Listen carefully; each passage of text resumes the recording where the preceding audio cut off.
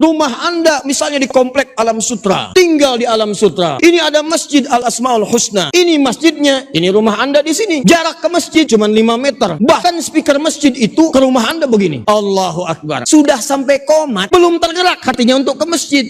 Ini sepeda ada, motor ada, mobil ada. Orang yang datang ke majelis ilmu, ketika kemudian dia bermohon kepada Allah, itu malaikat seketika mengaminkan doanya. Allahumma amin, Allahumma amin, Allahumma amin. Jarang-jarang ada orang berdoa, malaikat ngaminkan. Di antara ciri yang dipercepat pengabulan doanya oleh Allah adalah doa yang diaminkan oleh para malaikat. Saya kasih rahasia ya. Ini di antara kita saja nih.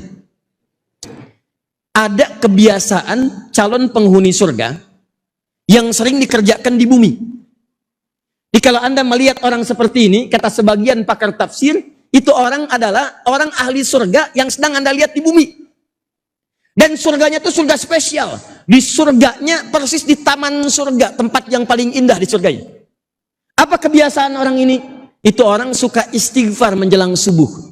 Di malamnya dia bangun, dia tunaikan tahajud, begitu menjelang subuh dia istighfar. Astagfirullah, astagfirullah, astagfirullah. Itu ada di Quran surah ke-51 ayat ke-18, paling kanan di pertengahan di mushaf. Quran surah 51 ayat ke-18.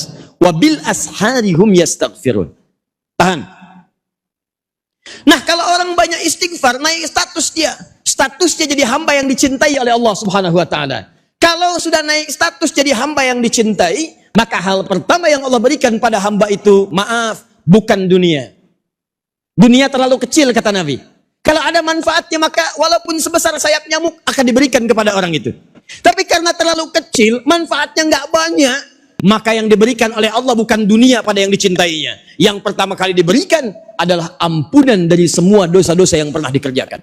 Buka Quran surah ketiga Ali Imran ayat 31. Paling kiri sebelah atas di mushaf.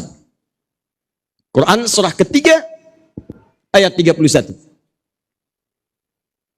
Perhatikan kalimatnya. Qul in kuntum tuhibbunallaha fattabi'uni. Sekarang perhatikan kaidahnya. Yuhibbukumullah. Ada orang yang dicintai oleh Allah Subhanahu wa taala. Di Ali Imran ayat 31 kata Allah, ada orang yang dicintai oleh Allah. Di Al-Baqarah akhir ayat 222, di antara orang itu adalah orang yang senang istighfar. Lalu apa yang didapatkan oleh orang yang senang istighfar ini? Lihat ujung ayatnya. Wa yaghfir lakum dzunubakum. Orang yang dicintai oleh Allah ini, maka yang pertama diberikan oleh Allah, diampuni semua dosa-dosanya. Maka para pendosa itu termasuk yang tadi, yang bunuh 100 orang, yang suka mabuk, yang pernah zina, dia datang ke majelis ilmu, di jalan dia istighfar, astagfirullah ya Allah, astagfirullah ya Allah, astagfirullah ya Allah. Begitu dia istighfar, Allah ampuni semua dosa-dosanya. Kosong dosanya, habis. Karena dosanya kosong, terus dia punya amalan. Apa amalannya? Langkah pertama yang dia gunakan setelah diampuni dosa adalah melangkah ke majelis ilmu. Begitu tiba langkah pertamanya, dihitung sebagai amal soleh. Begitu mengerjakan amal soleh, wafat orang ini. Saat wafat itulah kemudian kata Allah, pahalanya dituliskan, masukkan dia ke dalam surga. Kisah ini diabadikan isyaratnya dalam Al-Quran di surah yang keempat An-Nisa ayat yang ke-100. Paling kiri sebelah bawah di mushaf. Anda lihat Quran surah keempat ayat yang ke-100. Lihat ujung ayatnya. Wa may yakhruj min baitihi muhajiran ilallahi war rasuli thumma yudrikhul maut faqad waqa'a ajruhu 'ala Allah. Siapa yang mau berubah, berhijrah. Hijrah itu bukan pindah tempat. Hijrah itu berpindah dari kebiasaan yang tidak disukai oleh Allah, pindah kepada keadaan yang lebih disenangi oleh Allah Subhanahu wa taala. Tidak mengharuskan pindah tempat. Anda misalnya tinggalnya di mana? Di Tangerang. Rumah Anda misalnya di komplek Alam Sutra. Tinggal di Alam Sutra. Ini ada Masjid Al Asmaul Husna. Ini masjidnya, ini rumah Anda di sini. Jarak ke masjid cuma 5 meter. Bahkan speaker masjid itu ke rumah Anda begini. Ada yang jaraknya 500 meter dari masjid. Yang 500 meter sebelum adzan tiba, dia sudah ke masjid. Adzan asar misalnya. Jam 3, 15, 18, misal saja. Misal. Begitu tiba adzan asar, 15, 18. Ini sebelum adzan sudah ke masjid. Yang 5 meter, Ini mic masjid, toanya. Jarak cuma 5 meter. Arah mic-nya ke rumahnya. Allahu Akbar. Sudah sampai komat, belum tergerak hatinya untuk ke masjid. Ini sepeda ada, motor ada, mobil ada. Ini tidak memiliki apapun untuk berangkat ke masjid kecuali sendal dan kakinya. Perhatikan baik-baik. Kata Allah, siapa yang ingin hijrah, ingin berubah, ingin lebih dekat dengan Allah, datang ke majelis ilmu dia mau belajar, ingin dekat dengan Allah dan tuntunan Rasulnya. Maaf, baru keluar rumah, baru jalan, belum nyampe ke majelis, thumma yudrikul maut. Tiba-tiba maut menjemputnya lebih cepat dari apa yang ia bayangkan. Faqad pakai fa dan qad. Fa-nya harfu atfin rabitin baina syai'aini bila hudud. Huruf yang merangkai dua peristiwa berlangsung dengan cepat. Qadnya harfu tahqiq, huruf yang menjamin memastikan sesuatu. Kata Allah, begitu dia wafat, kejadian pertama wafat. Kejadian kedua, pemberian pahala untuk masuk ke surga. Antara wafat dengan dikasih pahala, fa, tidak ada jeda. Begitu orang ini wafat, seketika pahalanya diberikan. Qad, saya jamin, kata Allah, kalau orang ini benar-benar berniat untuk berubah, walaupun belum sampai ke majelis ilmu, wafat di tengah jalan, maka saya akan langsung cepat berikan pahalanya, dan saya jamin surganya. Begitu cara menerjemahkannya.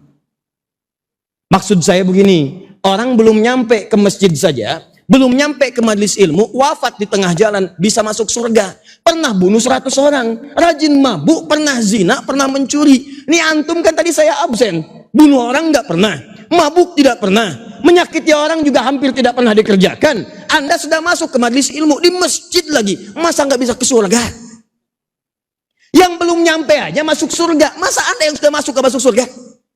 Jadi kalau ada orang sudah hadir di sini, dan dia belum berubah juga, belum mau dekat dengan Allah, sementara Allah sudah lembutkan hatinya datang ke majelis ilmu, maka yang salah bukan Allahnya, yang salah orangnya memang nggak pengen ke surga.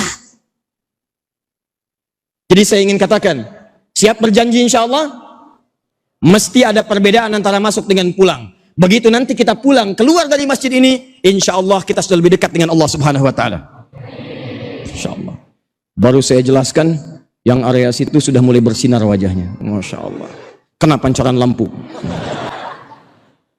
1. 2. Agak cepat. Orang yang datang ke majelis ilmu, dari jalan, sampai masuk, sampai pulang, berpeluang mendapatkan ridha malaikat. Yang kedua maknanya adalah mengaminkan doa-doanya. Masya Allah. Jadi kalau Anda berangkat dari rumah, sampai ke majelis ilmu, sampai pulang, isi dengan doa. Dan bu, saya berikan berita gembira. Orang yang datang ke majelis ilmu, ketika kemudian dia bermohon kepada Allah, itu malaikat seketika mengaminkan doanya. Allahumma amin, Allahumma amin, Allahumma amin. Jarang-jarang ada orang berdoa, malaikat ngaminkan. Di antara ciri yang dipercepat pengabulan doanya oleh Allah adalah doa yang diaminkan oleh para malaikat. Makanya saya mohon nanti saat berangkat, sudah nyampe di sini, pulang, berdoa kepada Allah. Walaupun Ustadz belum datang, doa. Ustadz sudah datang, selesai doa. Pulang, doa. Mungkin itu di antara rahasianya. Ada doa belum terkabulkan. Inilah waktunya kita bermohon kepada Allah Subhanahu Wa Taala. Yakin insya Allah? Jadi itu yang saya sampaikan dulu sebagai muqaddimah. Sekarang kita mulai materinya. Kita baru pengantar nih, ya. Belum mulai kita. Sekarang kita mulai. Ya.